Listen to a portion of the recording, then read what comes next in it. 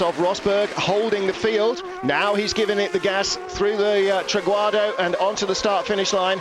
The red car there was Jimmy Bruni. Scott Speed dropped back. He's been passed by Jose Maria Lopez even before they got into the Traguardo. And a battle on here. Neel Jani, the multicoloured car, under pressure from the black and yellow, and that is Adam Carroll. Well, now Carroll will have been disappointed with the 3 pit stops he had to make yesterday instead of 2, but that was down to speeding through the pit lane. So it's Rosberg, Premat, then Jani under pressure from Carroll. Little smoke from the tail of Jimmy Bruni's red car as they get out of toast and start to climb the hill. There's not only what we also can't affect. Oh, and that is a huge lock-up or a huge blow-up, and that is Rosberg. Well, it was a lock-up, clearly. Yeah. Blimey. Pushing hard to try and get away, I think, isn't he? Hoping that certainly was. I mean, this is a short race. It's a 17-lapper, so it's an out-and-out sprint, no question. Just get your head down and go. A big lock-up into Tamburello. Out of Villeneuve. Let's have a look. This is the reverse. Like a monster. Now, that started, it seemed, at the rear. Kovalainen got past Jose Maria Lopez, and that is Han Artam, the Turkish driver. That was a good spot, wasn't it? That was good. Yeah, he's got the red helmet with the star on top, makes life a little easier. Well, he retired right at the very end of yesterday's race, hasn't quite made it so far today. I couldn't identify the corner though, so only 1 point. Even I couldn't manage that. No, okay. Well, you haven't seen them all from behind the catch fencing. Not all of them anyway. Nicolas Lapierre, fastest lap on lap 2. Well, I thought we had a faster lap from somebody on lap 3. So Lapierre may be a lap behind, having started from the pits. And that is Adam Carroll finally getting past Neel Jani. And he has got... Good. It is. He's been stuck behind him since the start of the race. Yeah, so get absolutely. his head down and get away. He can try and catch Premat. And that's Jimmy Bruni. Bruni, another man hoping to give his Formula 1 career another shot of life. Put it up to 200 hertz clear, and he goes... hangs on. Yeah. He just hangs on. That's Kovalainen behind him, the winner of the first race. I was going to say he goes past Jani, but in fact, locking up there into the Traguardo along the start-finish line, he nearly lost out. That's where Han Artam went off. No, it's not. That's Matthias Lauda, 16. So Matthias Lauda losing it down into the final chicane. And again, that would be a rear brake. Exactly. I'm going to say that's probably a rear lock-up, losing the back end like that under braking. So we're sort of assuming that basically, compared to yesterday, where the rear brakes did nothing and the rear wheels basically served to keep the exhaust off the ground, they're slightly more efficient today because we've seen a lot of rear end brake Pantano in the gravel. We've got brake problems, we've got cooling problems, we're not quite sure about the gearbox, the electronics are certainly a bit iffy, and to add to that, there were great onboard camera shots in practice, but then unfortunately Jan Artam's camera fell off during the qualifying, and so they were all removed from the car for safety. There is Nelson Angelo Piquet, and he was being caught slowly but surely by Giorgio Pantano. Pantano using a bit of deft rally-style opposite locking across the gravel, so that will have cost him 2 or 3 seconds, and I'm not quite sure how groove tyres react to having gravel wedged in them. No. And possibly in that order, Premat was having a look, wasn't he? Oh, he's run wide, Rosberg's run wide. Rosberg has got big problems. Alexandre Premat goes through, and Adam Carroll follows. Both done him, yep. That looks like a brake problem to me for Rosberg. Well, again, we saw it with the leader yesterday, Pantano, a couple of times, and it could be brakes or again gear shift. Yep. Oof, goodness me, he's all over the place. So Rosberg Senior will be lighting another fag on the pit wall as Adam Carroll goes the more sensible road. Can't quite pull it off. Wow, Adam Carroll really looking aggressive here, and he has clearly got a quicker car than Alexandre Premat at the moment. He's looking again, just showing his nose into Villeneuve. Maybe not even trying to move Gareth, but an Embassy Hill to me. See that little chevron-y thing at the front there? That is Embassy Hill for me. But that gives Adam Carroll all the opportunity he needs. A quick run down here and into Traguardo. We could be having a big monster moment under braking.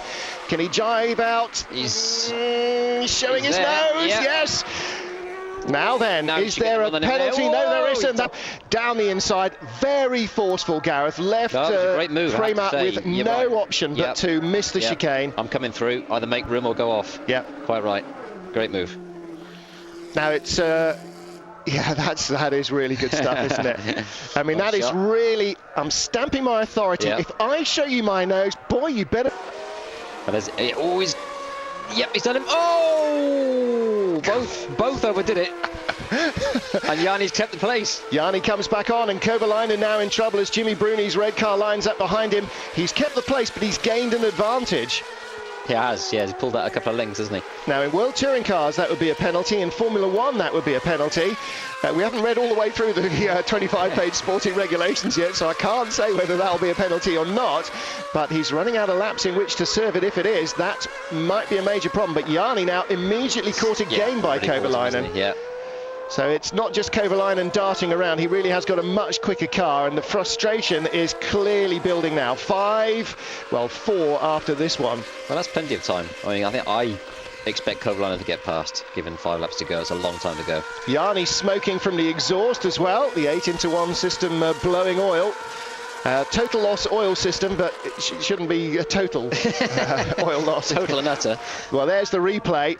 And Jani again, as well as his attacker Kovalainen, doing very well to avoid contact there, because that was a really large lunge from Kovalainen down the inside. And great racing again, as we had in yesterday's first race, which for those of you who don't have Eurosport 2, unfortunately was live on Eurosport 2. So get in touch with your cable operator and start whining on about the lack of Eurosport 2 if you can't get it. Oh dear, and just as that, we lose the pictures entirely. But Kovalainen again. Now he's close again, isn't he? And he's inside, this time it's going to stick. No, again. You can't do that twice. Neel Jani cannot get away with that. Using the patented Jani line. I don't think he's bothering with the brakes, he just changes up and goes straight across the grass. And there's Ryan Sharp, same corner again, down into Ravazza. This is really disappointing for the Scot, because he had a good, strong race here in the Renault V6s last year, and really having a torrid time, and backed off there is Olivier Pla. That is Pla going off backwards. Lopez rather. No, Pla coming through. Lopez going off backwards. Well, another man who had a torrid time in his couple of Renault V6 races last year. Didn't really star in 3000 as he'd hoped, and then came back with dams at Oschersleben and backed the car off at the first corner in both guest races. Oh dear.